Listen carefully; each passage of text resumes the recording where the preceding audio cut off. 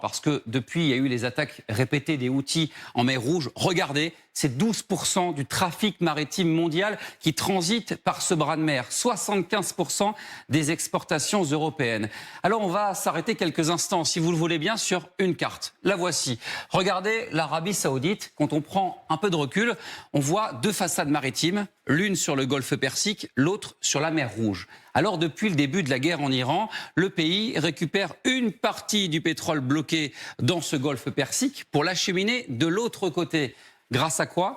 Cet énorme oléoduc, 1200 km de canalisation. Et donc, il y a des chiffres conséquents. On a cette production qui augmente de ces barils de pétrole. Regardez, 3,4 millions par jour. C'était au début du mois de mars. Jusqu'à cette semaine, plus de 5 millions de barils de pétrole.